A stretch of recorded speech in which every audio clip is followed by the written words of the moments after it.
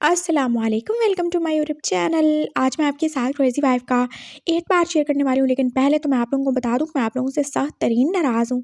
बिल्कुल आप लोग सपोर्ट नहीं करते, पहले मुझे बोल देते हो, हाँ जी, आप ही दीदी, हाँ, जो कुछ भी आपकी लैंग्वेज में बोलते होंगे और आप मुझसे स्टोरी शेयर करवा लेते हो, बाद में फिर सुनते हो नहीं है और अगर सुन लो तो लाइक और कमेंट भी नहीं करते।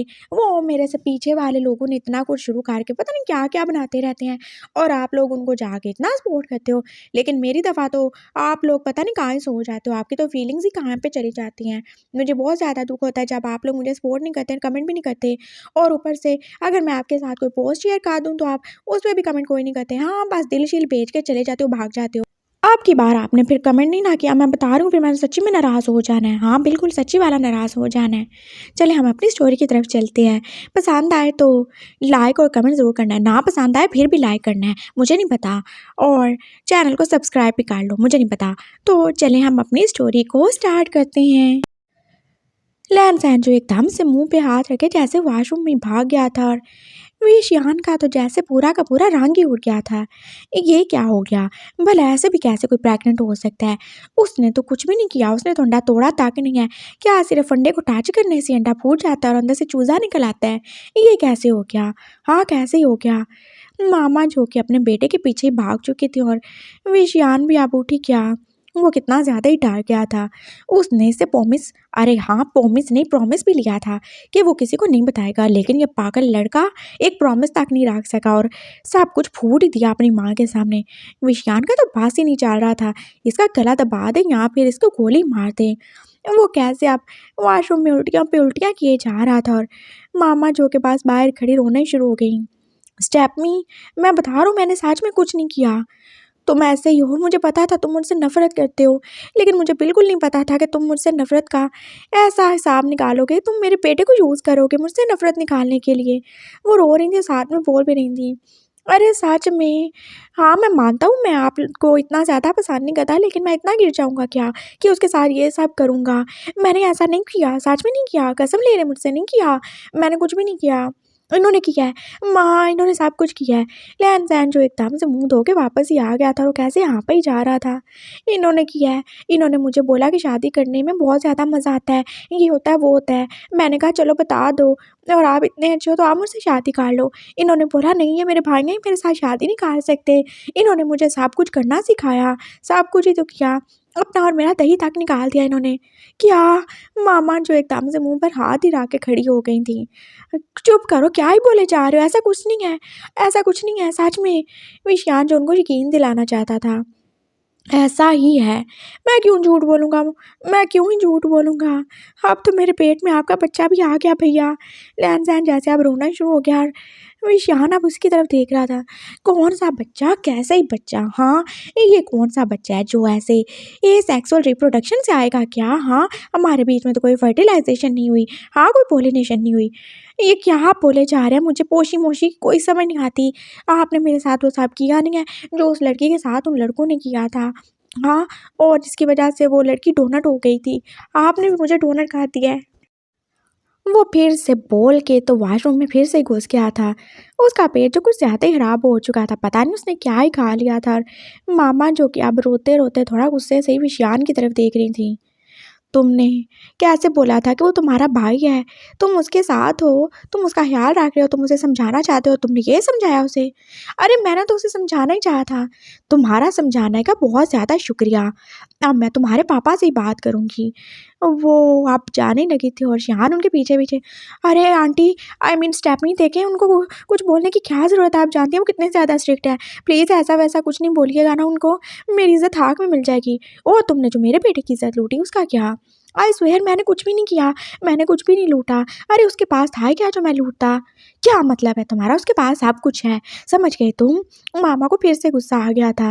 वो अब लैन-सैन के लिए कुछ पिलाने ही जा रही थी ताकि उस बेचारे की वॉमिटिंग तो रुक सके। और फिर एकदम से जैसे शियान के पेट में भी दर्द होना शुरू हो गया और वो भी अब वॉशरूम की जानिब भाग चुका था।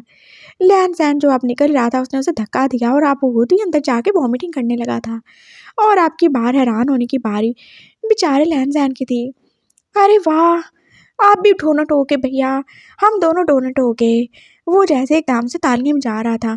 इसका मतलब है मैंने भी आपको डोनट काट दिया। बकवास बंद करो, मैं तुम्हारी जान ले लूँगा। वो कैसे उसकी तरफ आ रहा था। फिर से उसको वॉमिटिंग आनी शुरू हो गई थी और फिर से अंदर की जाने भाग गया था और आपकी बार उसने दरवाज़ा खटाक से बंद भी कर दिया था। ये क्या ही हो गया था? आखिर क्यों ही उसका पेट खराब हो गया और लैन-सैन का भी। उसे कुछ भी समझ नहीं आ रही और लैन-सैन जो कि अब भागा-भागा अपनी माँ के पास गया। माँ, मैं आपको बताना चाहता हूँ, सिर्फ़ भैया ही नहीं, मैंने भी उनको डोनट काट दिया है। क्या बकवास किए जा रहे हो? मामा जो उसके लिए सोडा वाटर ही बना रही थी एकदम से जैसे रुक सी गईं। हाँ, हाँ, मैंने भी उन्हें डोनट काट दिया। आपको पता है वो भी वैसी उल्टियाँ कर रहे हैं जैसे वो औरतें नहीं उल्टियाँ करती, जब वो डोनट हो जाती हैं। तुम पागल हो, हमेशा पागल ही रहोगे। तुमने उसके साथ क्या किया बताओ मुझे, सब कुछ बताओ। उन्होंने बोला था कि मैं किसी को नहीं बताऊँ। मैंने प्रॉमिस किया है, मैं नहीं बता सकता। उसे एकदम से अपना प्रॉमिस याद आया और शियान जो कि उसके पीछे ही आ गया था पानी पीने। हाँ, जब सब फूट ही दिया तो अब सारा कुछ ही फूट दो, कौन-सा प्रॉमिस। अरे! बड़े भैया मैंने कोई भी प्रॉमिस नहीं तोड़ा है। मैंने बोला था ना मैं माँ को कुछ नहीं बताऊँगा। क्या मैंने उनको बताया? क्या मैंने उनको बताया कि आपने ऐसे मुझे जप्पियाँ लगाई थीं? क्या मैंने उनको बताया कि आपने कैसे मुझे चुम्मा किया था? हैं? क्या मैंने बताया कि आपने ये मेरी कमीज़ भी उतार दी थी? नहीं ना बताया। और मैंने क्या आपको बताया कि आपने कैसे मेरी पैंट में हाथ भी डाला था? और मैंने क्या ही बताया? हम दोनों ने क्या ही किया था? मैंने कुछ बताया क्या? नहीं बताया था ना। मैंने तो ये भी नहीं बताया कि हमने वो जो बड़ा-सा टीवी है, उसपे क्या ही देखा था, वो लड़का और लड़की क्या ही गा रहे थे। हमने तो उन जैसा कुछ भी नहीं ना किया। मैंने तो उनको कुछ भी नहीं बताया। क्या माँ मैंने आपको बताया कुछ ऐसा? नहीं ना बताया। मामा के हाथ से ग्लास टूट ही चुका था और वो भाई साहब उन दोनों की तरफ ही देख रही थी। क्या? तुमने इतना सब कुछ कर लिया सहन? इतना सब कुछ क्या मामा? मैंने आपको कुछ बताया क्या? ये देखें भैया ऐसे मुझ पे इल्ज़ाम लगा रहे हैं। मैंने तो बस ये बताया कि मेरी भी इज़्ज़त लुट चुकी है और मैं डोनट हो चुका हूँ। लेकिन अब तो सब बराबर हो गया ना, अब तो भैया भी डोनट हो चुके हैं। अब हम दोनों के पेट में एक-दूसरे के बच्चे हैं। कितना ज़्यादा मज़ा आएगा ना। भैया मामा बन जाएँगे, मैं भी मामा बन जाऊँगा और मैं भी पापा बन जाऊँगा और भैया भी। बहुत मज़ा आने वाला है। हम दोनों भाई मिल-जुल के रहेंगे। हम हमेशा बेड शेयर करेंगे और ब्रेड भी शेयर करेंगे। वो एकदम से खुश हो गया था और विशियान साहब अपना सुर्ख चेहरा लिए उसकी जानिब गुस्से से देखी जा रहा था और उसकी आंखें तो जैसे बाहर ही निकलने वाली थीं, जितना उसे गुस्सा ही आ रहा था। देख लिया आपने अपने पागल बेटे को? हाँ, देख लिया और सुन भी लिया जो उसने बोला। तुम उसकी मासूमियत का फ़ायदा उठा चुके हो। उसे कुछ पता नहीं था, तुमने सारा कुछ ही उसके साथ कर लिया है। हाँ, मैंने कुछ भी नहीं किया। क्या हो रहा है यहाँ पे? इतना शोर क्यों हो रहा है? पापा जो एकदम से ऑफ़िस से आ गए थे, उनका शोर सुन के जैसे किचन में आ गए और शियान की बोलती एकदम से बंद ही हो चुकी थी और ज़ैन भी चुप ही हो गया। वो विशु के पापा, क्या क्या हो रहा है यहाँ पे? हाँ, किस बात पे बहस चल रही है? पापा जो पहले ही ऑफ़िस से तपे हुए आए थे, घर का शोर तो उन्हें और ही ज़्यादा तपा गया था। अरे! पापा मैं आपको बताऊँ, हमारे घर में 2 तो खुशखबरी हैं। ज़ैन जो आगे बढ़ के उनका बैग उनसे लेके रख ही रहा था और साथ में खुशी-खुशी बता भी रहा था। और कैसी खुशखबरी? मुझे भी बताओ। पापा जो उसका हाल-चाल पूछने के बाद पूछने लगे, "पापा मैं डोनट हूँ और भैया भी डोनट हैं। क्या हो तुम दोनों?" पापा को समझ ही नहीं आई। अरे वो जो डोनट नहीं होता मतलब जो वो औरतें होती हैं ना, क्या होती हैं औरतें? तुम क्या होगे और वो क्या हो गया? अरे चुप कर जाओ, खुदा का वास्ता चुप कर जाओ। शियान ने एकदम से उसका हाथ ही पकड़ा था। अरे क्यों भैया, पापा को बताने दो ना कि वो नाना दादा बनने वाले हैं। क्या? क्या बकवास है ये?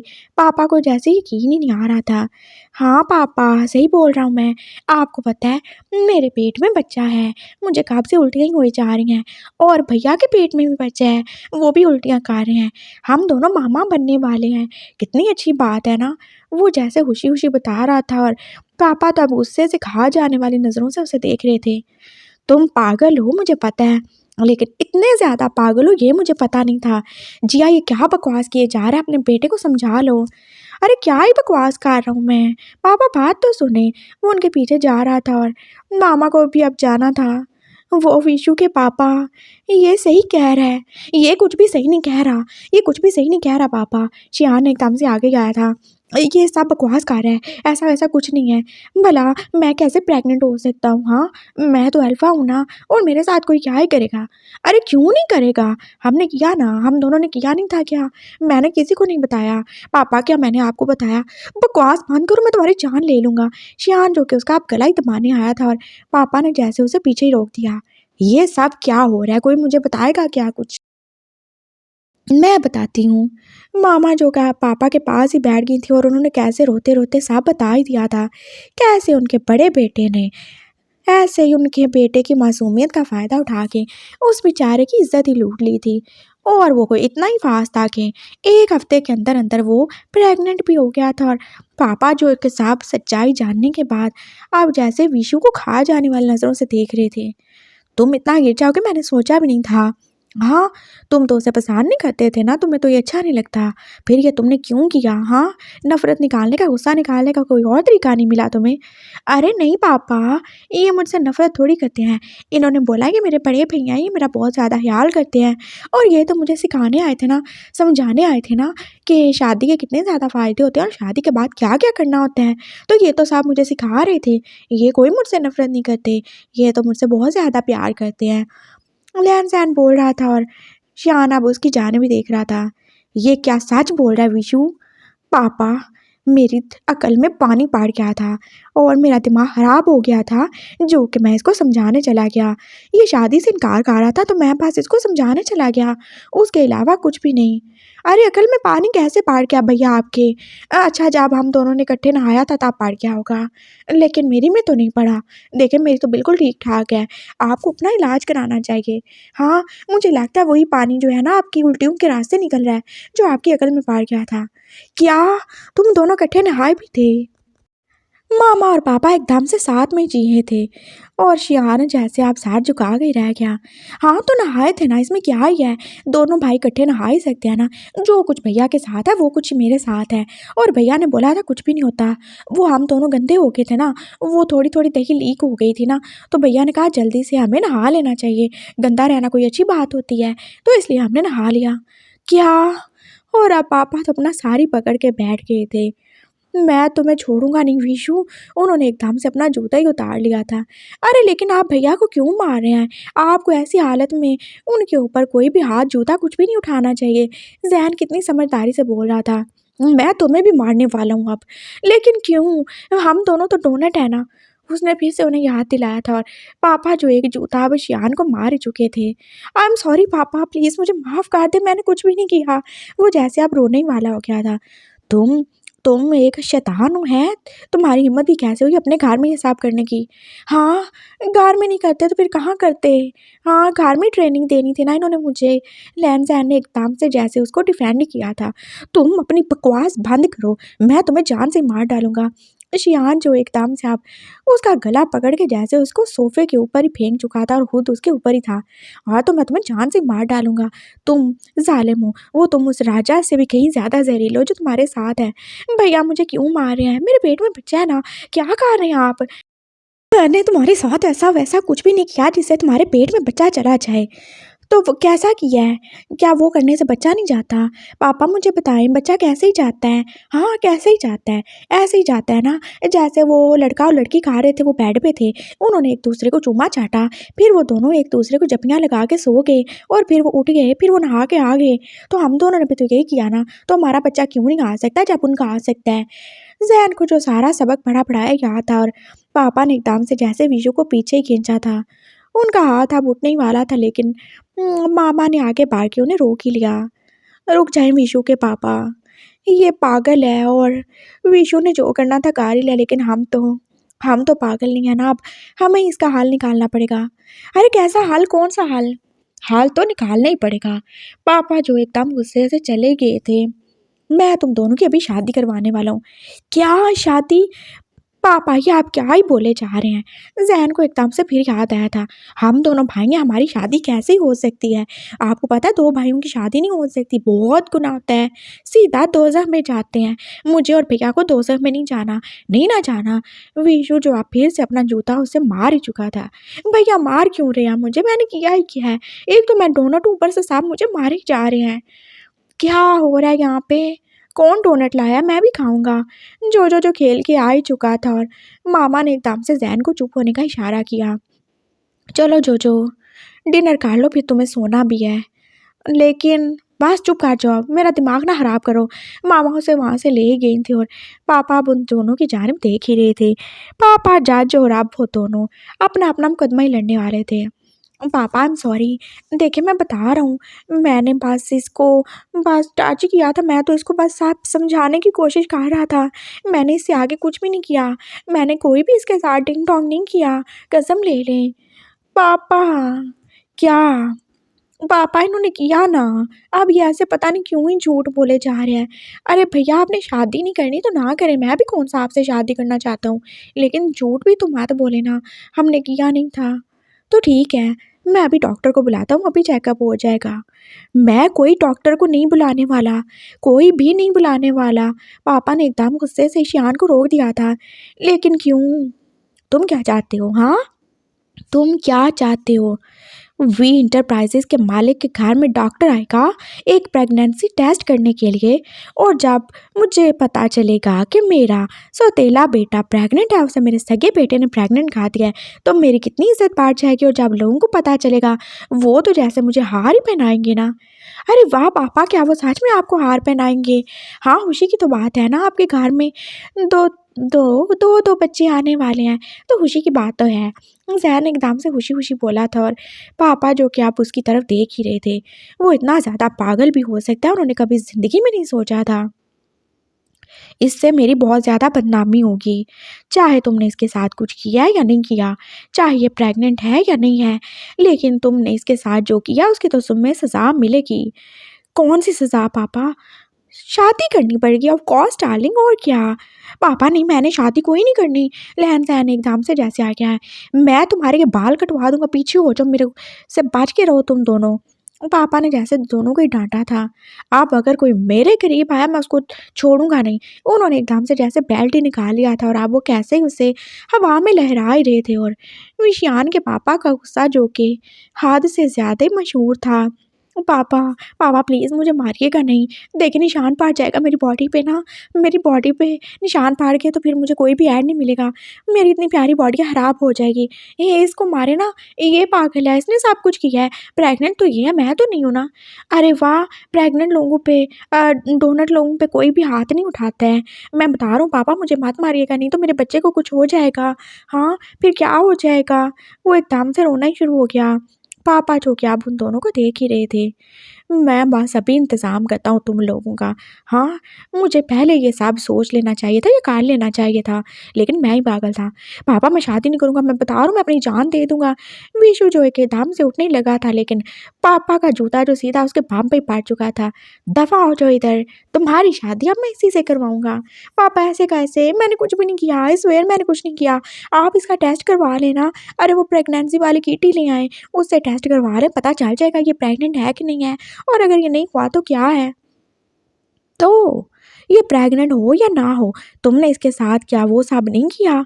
तुमने किया ना, तुम्हारी हिम्मत भी कैसे हुई इसके साथ ये सब करने की? वो तो चलो पागल है, बेवकूफ़ है, लेकिन तुम ऐसे कैसे कर सकते हो? हाँ पापा आई एम सॉरी, मेरा ही दिमाग ख़राब था जो मैं इसके साथ अपनी रातें रंगीन करने चला गया। एकदम जैसे उसकी ज़ुबान ही फिसली थी और अब पापा का एक बेल्ट उसे पाड़ ही चुका था और वो जैसे दर्द से रोने लगा। पापा क्यों ही मारे जा रहे हैं मुझे, मैं आपका बड़ा बेटा हूँ, वो रोते रोते बोला था। और जैन ने एकदम से आगे बढ़ के पापा को रोक ही लिया। देखिए भैया को दर्द हो रहा है, उनके पेट में बच्चा है ना, उनको नहीं मारे, और अब एक बेल्ट उसे भी पाट चुका था। तुम दोनों यहीं बैठो, मैं अभी तुम्हारा इलाज करता हूँ। वो कॉल करके किसी को बुला ही रहे थे और वो दोनों बस अपना अपना बाजू पकड़े बस रोते हुए बैठे हुए थे। हाँ बेचारे डोनट भी थे, ऊपर से उनको मार भी पड़ चुकी थी, मामा भी आ ही चुकी थी और पापा ने उनको बोल दिया था कि वो फैसला कर ही चुके हैं, अब जिनकी शादी होगी, लेकिन मामा ने रोक दिया उन्हें, ऐसा नहीं करें। अगर ऐसे हम इनकी शादी करेंगे छुप छुपा के, या फिर ऐसे पेपर मैरिज करेंगे तो लोग क्या ही सोचेंगे, हमारी क्या ही मजबूरी थी। ऐसे तो जिसे पता नहीं है उसे भी पता चल जाएगा कि ज़रूर इनके बीच में कुछ होगा, तभी हमने ऐसे किया। ऐसे नहीं करें ना, तो फिर क्या करूं बताओ मुझे? क्या इन लोगों ने मुझे कहीं मुंह दिखाने के काबिल छोड़ा है? मेरा एक नाम है, मेरी इज्जत है, लोग मिसालें देते हैं कि मेरा घर सबसे ज़्यादा अच्छा है, मेरी बीवी बच्चे कितने ज़्यादा अच्छे हैं, लेकिन जब उनको पता चलेगा कि ये मेरे घर में क्या कुछ हो रहा है, तो क्या ही बोलेंगे। हाँ, क्या ही बोलेंगे। पापा जो अब रोने ही वाले हो गए थे और शियान को एकदम बुरा ही लगा। ये सब उसका ही तो किया धरा था, उसे क्या ही ज़रूरत थी ऐसे मज़े लेने की, और उसे कोई और नहीं था मिला क्या मज़े लेने के लिए, जो ये पागल के साथ ही वो चला गया। मैं अभी फूफो को कॉल करता हूँ, मैं बताता हूँ आप मेरे साथ क्या कर रहे हैं। उसने एकदम से मोबाइल निकाला था और पापा ने जैसे उसके हाथ से छीन लिया। कोई फूफो-शुफो नहीं है, कोई मोबाइल नहीं है। जब तक तुम्हारी इससे शादी नहीं होती मैं तुम्हें किसी से बात करने नहीं दूँगा। चलो तुम। उन्होंने विशान को पकड़ के अब उसके रूम में बंद कर दिया था और वो कैसे डोर को अब नॉक ही कर रहा था।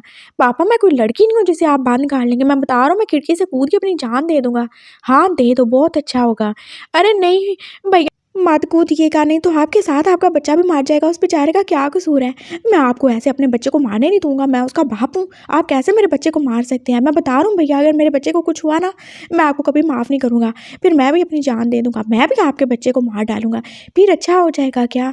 वो उसे बता रहा था और उसे वार्न कर रहा था कि उसके बच्चे को कुछ भी नहीं होना चाहिए। और विशियान जो कि अब बैठ ही गया था। ये उसने क्या ही काट डाला था और उसने सोचा भी नहीं था 2-3 दिन के मज़े की सज़ा उससे ऐसे पूरी ज़िंदगी के लिए मिलने वाली है। वो अब अपने बेड पे गिर गया था। अपने डैडी को आग कार के अब उसने बस रोना ही था।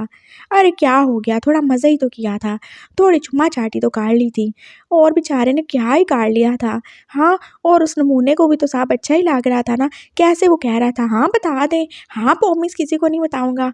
कहाँ गया उसका प्रॉमिस। हाँ, निकम्मा नालायक कहीं का, लड़की कहीं का ना हो तो। कैसे उसके बारे में सोच रहा था और फिर अगले दिन जाके पापा ने दरवाज़ा खोला था। वो आराम से सोया ही हुआ था जब पापा ने उसे एकदम से पकड़ के उठाया। ये पकड़ो अपने कपड़े और जल्दी से नहा धो के रेडी हो जाओ। कहाँ जा रहे हैं पापा, घूमने जा रहे हैं क्या। वो एकदम जैसे सो के उठा था, उसे तो कुछ भी याद नहीं होगा। हाँ बिल्कुल, जा रहे हैं हम चर्च में तुम्हारी शादी करने। मेरी शादी। और उसे एकदम से जैसे सब याद आया।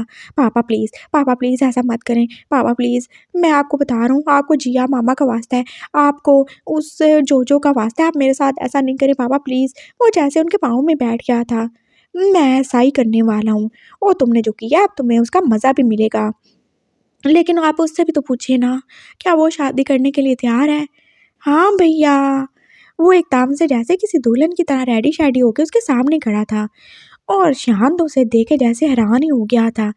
वो कैसे गाउन ही पहने हुए था, उसके लंबे-लंबे बाल और ऊपर से उसका ब्राइड वाला क्राउन, और वो तो आधी से ज़्यादा पूरी-पूरी लड़की लग रहा था और वो कितना खुशी-खुशी उसकी जानिब देख रहा था। तुम कैसे तैयार होगे हाँ? मैंने तुम्हें क्या बताया था? मैंने तुम्हें बताया था ना भाई-भाई शादी नहीं करते। तुम कैसे तैयार होगे? हाँ, मुझे पता है, लेकिन मामा ने मुझे समझाया। उन्होंने बोला कि मुझे अपने बच्चे के लिए ही करना पड़ेगा और आपके बच्चे के लिए भी। एक बार मैं आपकी दुल्हन बन जाऊँगा ना आपके बच्चे के लिए, फिर आप दूसरी बार मेरी दुल्हन बन जाइएगा मेरे बच्चे के लिए।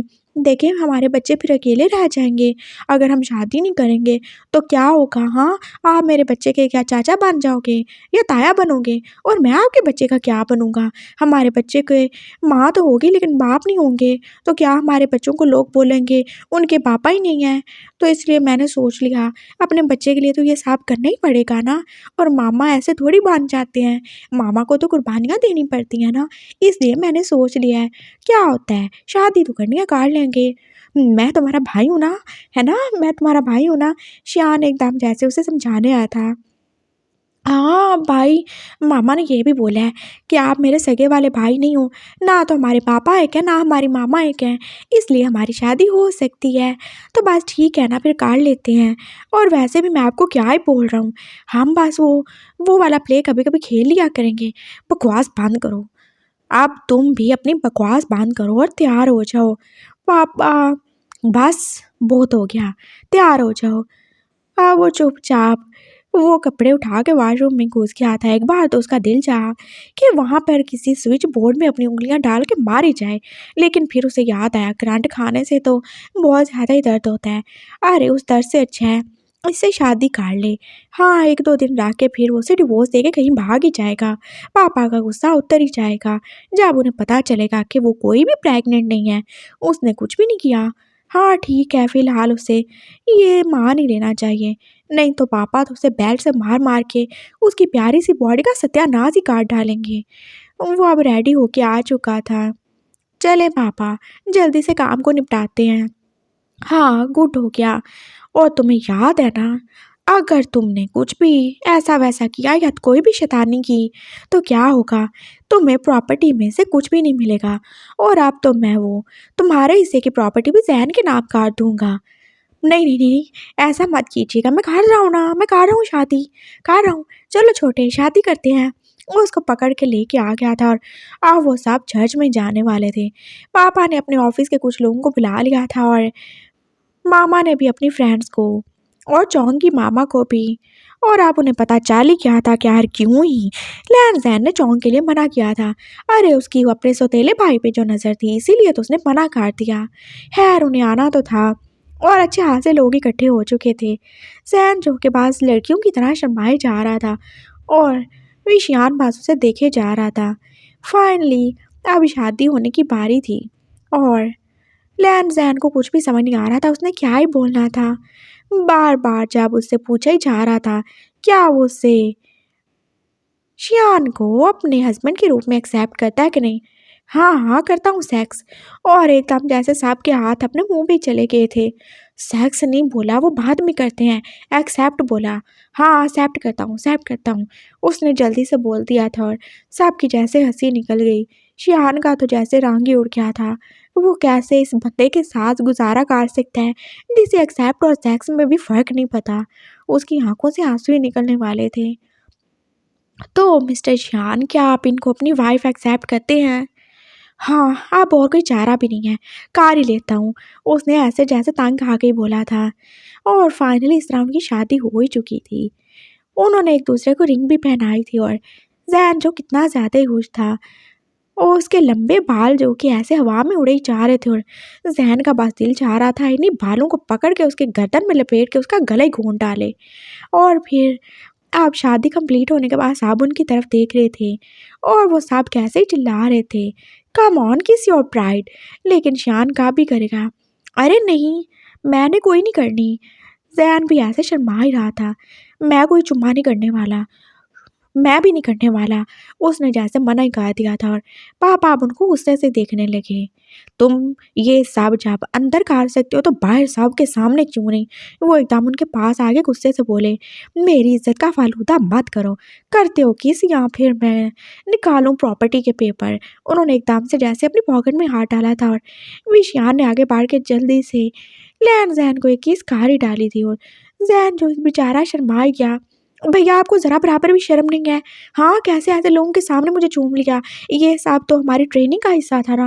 वो बोल रहा था और शान जो कि अब पीछे भाग ही चुका था। हाँ, उनकी पागलपंती वाली शादी हो ही चुकी थी और अब बेचारा शान इस क्रेज़ी से बंदे को भुगतने वाला था। पता नहीं उसकी लाइफ में आगे क्या ही होने वाला था, इस बंदे के साथ या इस बंदी के साथ ही। अरे भैया कहाँ ही भागे जा रहे हो? आराम से चलो, आपके पेट में बच्चा है ना, मैं तुम्हारा और तुम्हारे बच्चे का खून काट डालूँगा। वो बस गुस्से से भागता हुआ बोला था और ज़ैन जो कि अब उसके पीछे-पीछे भाग रहा था और बाकी सारे गेस्ट बस इस पागल से कपल को ही देखे जा रहे थे, जो शादी, काम और कॉमेडी ज़्यादा ही करने आया था। विशियान इतने लोगों में इंसल्ट होने के बाद अब बस भागता-भागता अपने आंसू छुपाता हुआ अपनी गाड़ी में बैठ चुका था। हाँ, पापा ने जो करवाना था वो करवा चुके थे। अब वो यहाँ पे नहीं रुकेगा। थैंक गॉड उसका कोई दोस्त नहीं था या फिर कोई ऐसा बंदा नहीं था जिसे पता हो वो एक मॉडल है। अगर यहाँ पे मीडिया वाले पहुँच जाते, उन्हें पता चल जाता, उस बेचारे की इज़्ज़त का तो फालूदा हो ही जाना था। और अब इज़्ज़त रही कहाँ थी? वो तो उस लैन ज़ैन ने लूट ही ली थी ना, उससे डोनट बना के सबकी नज़र में प्रेग्नेंट करके। वो बस ऐसे ही अब गाड़ी में बैठ चुका था और ड्राइवर जो ऐसे ही था, "सर ये लो टिश्यू ले लो।" उसने टिश्यू उसकी तरफ फेंके थे। "हाँ, थैंक यू।" उसने जैसे टिश्यू लेके अपने आंसू ही साफ किए थे, और अपनी नौज़ी भी, जो कि रोने की वजह से निकल ही आई थी। लहन-सहन जो कि भागता-भागता उसकी दूसरी साइड पे आके बैठ गया था। भैया आप अपना बिल्कुल भी ख़्याल नहीं करते, ऐसे आपको करना चाहिए। देखिए आपके चक्कर में मैं भी भागता-भागता आया हूँ, अगर मैं गिर जाता और आपके बच्चे को कुछ हो जाता तो आपको अच्छा लगता क्या? आपका बच्चा पैदा होने से पहले मर जाता तो। और आप मेरे बच्चे का बिल्कुल भी ख़्याल नहीं कर रहे, आप कैसे भाग रहे हैं? मैं आपको बिल्कुल भी माफ़ नहीं करूँगा अगर मेरे बच्चे को कुछ हुआ। ये ले पानी पिएँ, आपको कुछ नहीं होना चाहिए।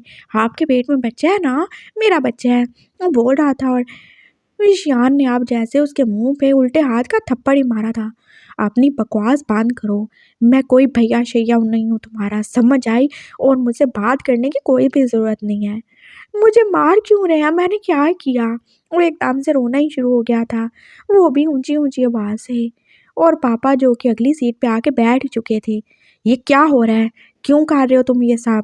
बा पापा, भैया ने मुझे मारा। मैंने बस उनको ये बोला आप पानी पी लें, परेशान ना हों, मेरे बच्चे को कुछ हो जाएगा। उन्होंने देखे कैसे मुझे मारा। वो रोते-रोते बता रहा था और पापा ने जैसे खा जाने वाली नज़रों से अब विशु की जाने भी देखा था। विशु? मैं बता रहा हूँ प्रॉपर्टी के पेपर अभी भी मेरे पास हैं। हाँ, कर लें जो करना है आपने, मुझे जान से मार डालें।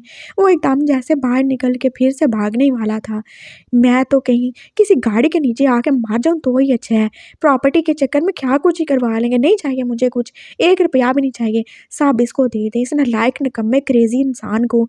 मुझे जाने दें, मैं बस जा रहा हूँ। वो बस रोता-रोता भागने ही वाला था कि लहन-सहन बेचारा फिर से उसके आगे आ गया और उसने आगे बढ़ के उसे आगे कर लिया।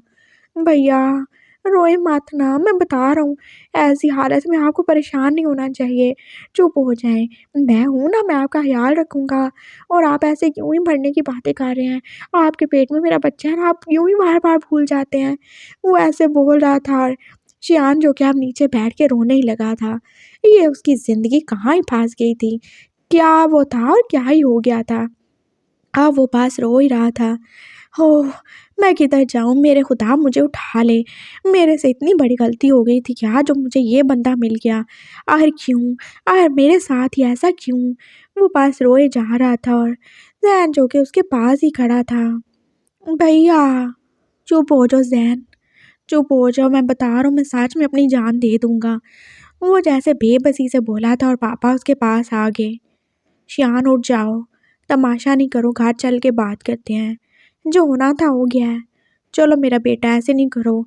वो उसे अपने साथ लिए दोबारा से गाड़ी में बिठा ही चुके थे और लहन-सहन भी आ ही गया था।